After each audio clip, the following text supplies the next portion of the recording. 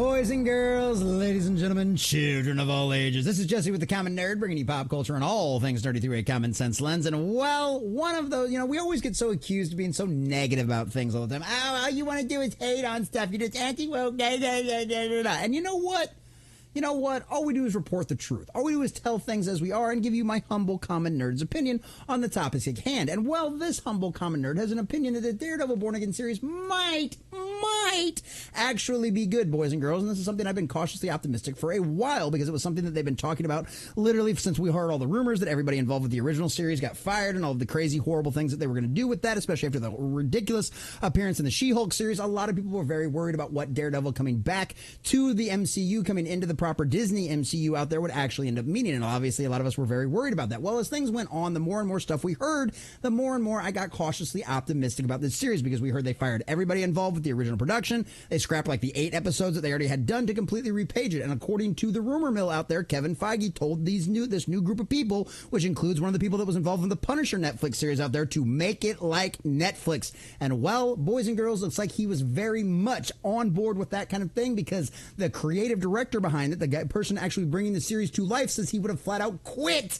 if this one change hadn't been made. And honestly, I think as any fan of the Daredevil Netflix series could say, this is absolutely a must that was needed. And the fact that they weren't going to have Foggy and Karen in the original series in this new series, in this new continuation out there, was absolutely insane. And boys and girls, this just makes me even more cautiously optimistic about this series, which we will be reviewing every Thursday after the show comes out on this channel right here. So make sure you join us Thursday nights at 8 p.m. because we'll be doing a watch along and review of this new Daredevil series to find out if whether or not my cautious optimism is actually going to pay off, and we're able to get excited about the show and actually tell you whether or not it's good, or if this is all smoke and mirrors and some very fancy marketing. So we're going to check out this article from EmpireOnline.com, getting all of the juicy details of exactly what this guy said. But before we do, if you do enjoy our content, hit that like button, share with all your friends, and subscribe or follow if you have not already, boys and girls, because we just crossed 1,600. We're on our way to 1,700, and I could not do that without every single one of you. Also, leave us a comment in the section down below. We're hearing these words from this creative out there flat out saying that he would have quit if he was not able to bring these characters back. Does that make you more cautiously optimistic for the series? Is it something you're actually excited for? Do you think they're actually going to be able to pull this off? Or do you think this is all smoke and mirrors and just a bunch of marketing garbage BS? Let us know anything about that in the comment section down below. And if you'd like to support the channel, please check out the links in the description as well. Alrighty, so Ben Travis over at Empire Online wrote this one. While Daredevil Born Again's overhaul brought Karen and Foggy, they're the heart of this world. There you go. And I can see that. And they really are. They're kind of like your access into the world. That's always like what the companions in Doctor Who have always been, right? It's like your vision into this crazy world, the characters that you can more relate about, because, hey, most of us out there aren't blind and certainly don't have any kind of superhero echolocation kind of stuff to where you can take on a bunch of crazy bad guys. So, yeah, it's kind of hard. You get that. You get that. It's nice to have the normies in there. So when Marvel first announced the return of Charlie Cox's Daredevil, fans of Hell's Kitchen's finest were thrilled. Not initially. No, not initially. Especially since Netflix's No Punches Pulled Daredevil series was unceremoniously left hanging at the end of season 3. But during the production on Daredevil Born Again, it became clear that Disney Plus's revival series wasn't quite going as planned.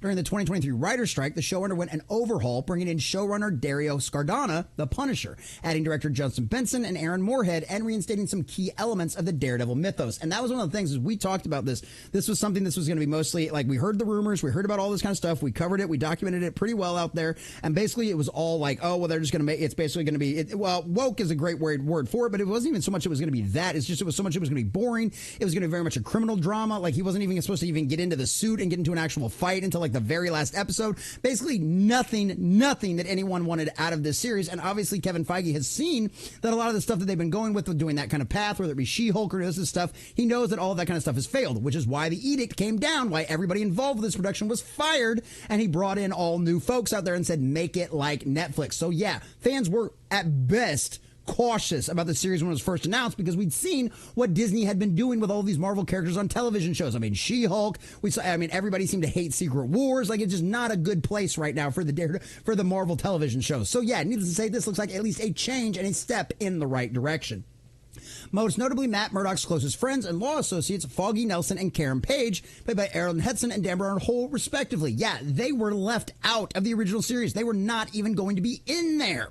As it turns out, reuniting the holy trinity of Nelson, Murdoch, and Paige was key to Scarpino's pitch when he was brought in to retool Born Again. That was actually one of the first things I said to the bosses. He tells Empire, "You can't do this show without Karen and Foggy. They're Matt's family. They're the heart of his world. You can't take them out without explaining why. And if the explanation doesn't ring true, don't take them out." And we heard the rumors about it, basically like Foggy was going to be barely mentioned at all. Like Karen Page wasn't going to be mentioned at all. Foggy was only going to be mentioned in passing. It was basically like he died somewhere off screen or something had happened like that. Like, yeah, trust me, that would not have made the fans happy in any way, shape, or form. And especially all like the kind of normies you brought in with that Netflix series being so good out there.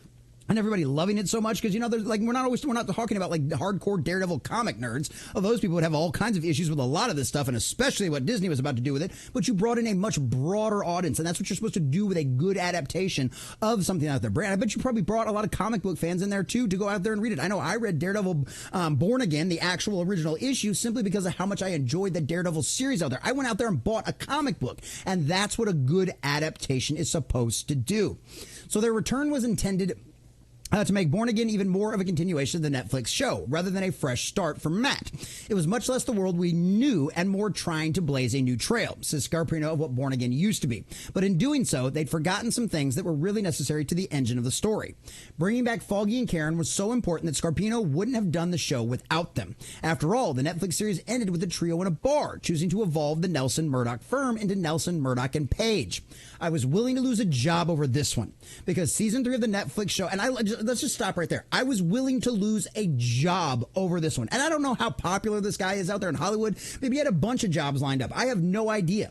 But the fact that he was willing to go, he was willing to tell Disney Marvel, one of the largest entertainment companies on the planet, to go screw yourself if I didn't get to bring Foggy and Paige back. That's gives me all kinds of warm, tingly feelings on the inside. I love that. And I don't think somebody's going to put something out like that is strictly smoke and mirrors of marketing. He's literally saying, I would have told Marvel to get stepping. Marvel! I would have told them to get beat if they weren't allowing me to bring these people back. And he's right. They are the heart of the show out there. The relationships between those two is such a beautiful thing, watching it develop and everything else. So yes, you absolutely had to have them. I mean, I was flat out on the board of no Foggy, no Karen, no peace. I wasn't going to watch it. I wasn't even going to bother with it if you were going to do that. I wasn't interested in the show in any way, shape, or form until we'd heard about all of the massive firings and all of the huge retoolings and all of the rest of the rumors about this. And guess what? There's a reason why we report on rumors, because all of those rumors that we reported on all turned out to be 100% true. And who knows? We might even get a good Daredevil series from Disney Marvel, boys and girls. Disney Marvel. But I could be completely and totally wrong. Like I said, could be all marketing, but it doesn't seem like it to me. Because season 3 of Netflix show ended with a dream, with the names on that napkin. If you don't pay that off, you're not giving the characters context. You can't ignore that dream. And honestly, it would have completely and totally confused like all of the normies out there that were Daredevil fans of the original series and all of that kind of stuff over on Netflix, and everybody would have loved it. And they don't know about all this kind of stuff going on. They don't know about the retooling. A lot of them don't keep up with all the kind of pop culture and entertainment news like a lot of us do, right? They would have turned that one episode on expecting to be literally just pick right up from where the Netflix series ended and go, what the hell is this? And you might have had the biggest premiere on Disney Plus in a long time for a Marvel series, but you probably would have had the biggest drop in the second episode of ratings that we've ever seen before either. So this is the smart decision. For Daredevil fans, Born Again is a dream that is long time coming, and I absolutely agree. That Netflix series was incredible. It spawned a wonderful little universe out there. I personally really liked Jessica Jones as well. The first half of the season of Luke Cage was really good, and then of course it kind of went off the rails, and then let's not even talk about Iron Fist. But needless to say, Daredevil was great. It was wonderful. It was fabulous. I loved it from beginning to end, and I know some people have some complaints about the second and third season. I don't care.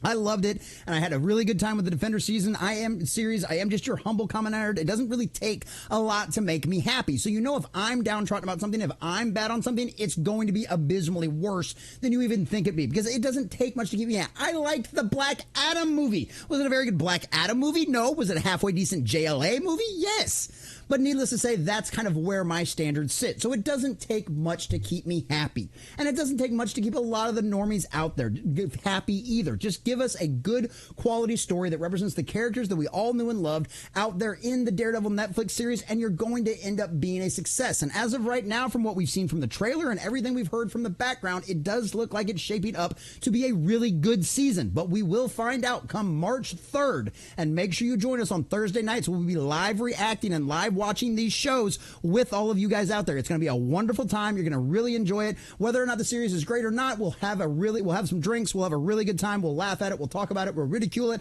And hopefully we'll end up praising it as the best thing that Disney Marvel has done since the first few episodes of WandaVision. Please, Lord in heaven, let that be true. Let them have finally learned their lesson and give us a good quality Daredevil series, because that's what the fans deserve. And at the end of the day, the fans decide whether that something succeeds or fails, not any marketing and not any of the BS potentially coming out of Disney Marvel.